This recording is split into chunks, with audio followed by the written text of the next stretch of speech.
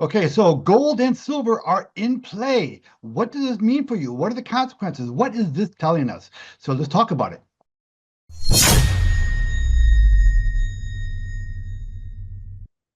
This is the Hey Ed YouTube channel. I am your host, moderator, and all-around nice guy, Ed Anderson. I'm not a financial advisor, so do not construe anything that I mention in any of my videos as financial advice. Always do your own research before doing anything with your money. Today, we got to be talking about gold. Remember the mantra on this channel? Get your money out of the bank, acquire some gold and silver, and establish streams of passive recurring income. Well, today we're going to be talking about the gold and silver element of that mantra. Yeah, so gold and silver are in play right now. So let's start by taking a quick snapshot look at what gold and silver are doing right now, and then we'll talk about why gold and silver are in play.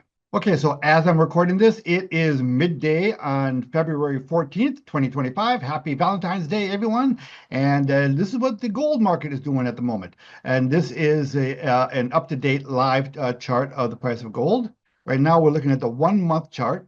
And gold, as of this recording, is trading at $2,887 per ounce.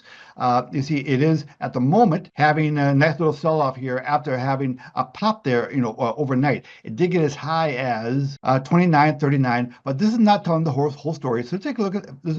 So let's go back to the 1 month chart. Okay, so gold for this past month has been in a nice steady climb upward. And for the fun of it, let's take a look at the 20-year chart. Yeah, so gold has been a pretty damn good investment over the past 20 years. Let's take a look at silver. Okay, this is the 1 month chart at silver. At the moment, silver is trading at $32.44 an ounce. Again, having a little sell-off here after having a really nice spike overnight. We'll take a little longer term view. Let's take a look at the 20-year chart on silver. And silver also looks really good on the charts. It does have a little overhead resistance. Well, it has overhead resistance way back here at the $46 level. So silver is in the midst of breaking out right now. So now let me give you an idea of what's been happening in the gold and silver market very recently. Okay, so this is the Comex 100-ounce gold futures, and this is a chart of the monthly deliveries coming into the Comex. Look at the massive spike that's taking place over the last few weeks. This chart goes back, a year. You can see that a lot of gold has been pouring into the Comex. Okay, so no one is quite sure why this is happening. There's speculation that a lot of this has to do with the hedge funds buying. Remember, these hedge funds, they have a lot of paper gold, right? And a lot of it really is not technically backed by gold. There's a lot more paper contract than the actual gold that is in existence. So if they all stood for delivery, the market would I don't gee, frankly I don't know what would happen. Gold I think would have to skyrocket in price because everyone's going to be looking for gold. The demand for gold is going to be off the charts. But I think it's safe to say that the two largest drivers for the price action in gold and silver are central bank buying and ETF buying. And why are central banks and ETFs trying to snatch up as much gold and silver as they can? Well, there are some things going on in the world, right? The three big issues right now that's kind of driving the demand for gold are tariffs, namely the reciprocal tariffs that Trump's been talking a lot about, where he's going to go country by country and impose tariffs where he thinks that they're needed. So that creates a lot of uncertainty in the world. And when there's uncertainty in the world, the central banks and investors in general gravitate toward safe havens. Gold and silver, right? So we have the tariffs issue, we have the global economy issue, and we have trade negotiations that's taking place around the world. Now, I'm going to throw something else into the mix here, and that is the idea that there's a lot of speculation going on right now that Trump might be looking to reset the price of gold. Right now, gold, price is officially listed at $41 an ounce. I mean, in terms of pricing, our asset class is officially priced at $41. Well, what if Trump decided to reset that price to, I don't know, $10,000 an ounce or $100,000 an ounce? What would that do? Well, first of all, for those of you who have some gold and silver laying around, it could be a really massive payday for you. Now, there is another conspiracy theory out there saying that our gold in Fort Knox might not actually be there. I don't know when the last time was. I think it's been decades since there's been an actual audit of our gold in Fort Knox. As far as we know, there might not be any gold in there. Or if there is a gold in there, how much of it is actually ours? How much of it has been actually sold to other parties in other countries, and we're just holding it for them? How much of that gold is actually ours? Personally, I think it'd be a really fun photo op if Trump arrived at Fort Knox with Elon Musk in tow, knocking on the door and saying, "Hey, can we walk through?" that would be a pretty exciting event, and it could be a very dramatic event depending on what they find in there.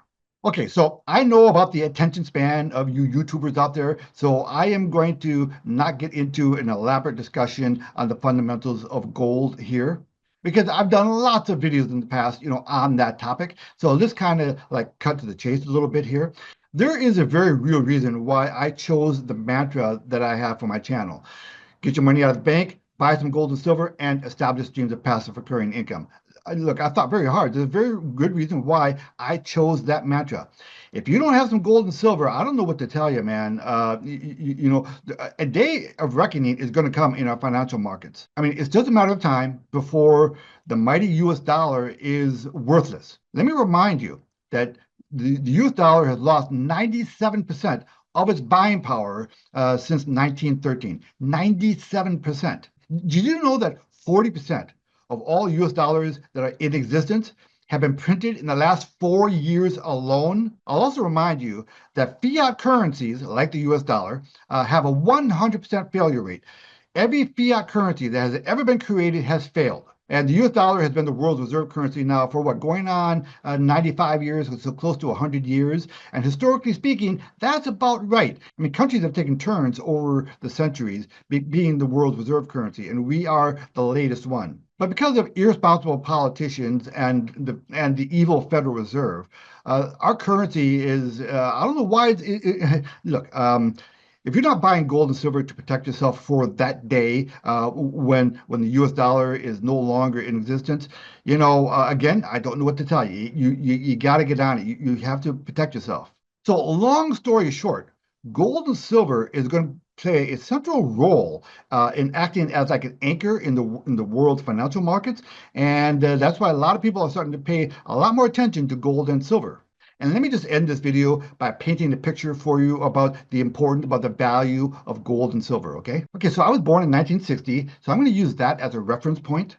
In 1960, gold was trading on average during that year at $35 an ounce. And in 1960, the median home price was $11,900. The average monthly mortgage payment was $90. To put that in perspective, to buy an $11,900 house with gold that year, it would have taken you 340 ounces of gold. Today, that same 340 ounces of gold is equivalent to $952,000, which is far above the median home price today. I mean, listen, for $900,000, even today, yeah, you could buy a really nice house. But that's because the price of gold as of today is over $2,800 an ounce.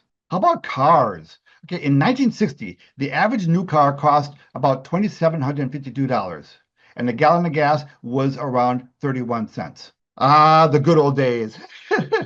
Well, listen, I think you get my point, right? I mean, listen, the value of houses and cars and gas are not any greater today than they were in 1960. What's happened is the buying power of the dollar has been going down. So the issue is not with the underlying products, it's with the dollar. That's what inflation is, right? That's what debasing currency is. And inflation is still not under control. And the worry in the financial markets is that with the advent of these tariffs, there's a potential here of inflation getting higher. It could get worse before it gets better. And I think that is the calculus that Wall Street is making right now. In the comment section below, let me know whether you've acquired some gold and silver and what you think about what I just said. But remember, get your money out of the damn bank because they will steal it. Acquire some gold and silver and establish streams of passive recurring income. Please like and subscribe. Ed Anderson, live from Minnesota, signing out. Copy that.